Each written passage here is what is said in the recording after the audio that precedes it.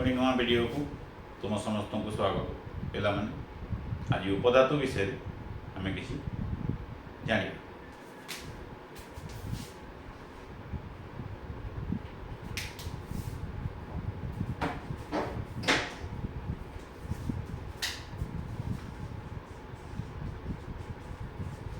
तुम जान उपधातु गोटे मौलिक जार धातु और धातु उभयर गुण प्रदर्शन करे।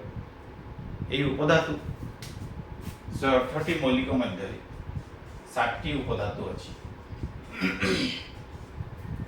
ये उपधातु गुड़ी को मन रखापी गोटे सरल कौशल अच्छी।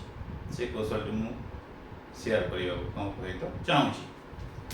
तुम जान boron, silicon, germanium, arsenic, antimony, polonium और टेलोनियम ये 7टी हूँ उपधातु।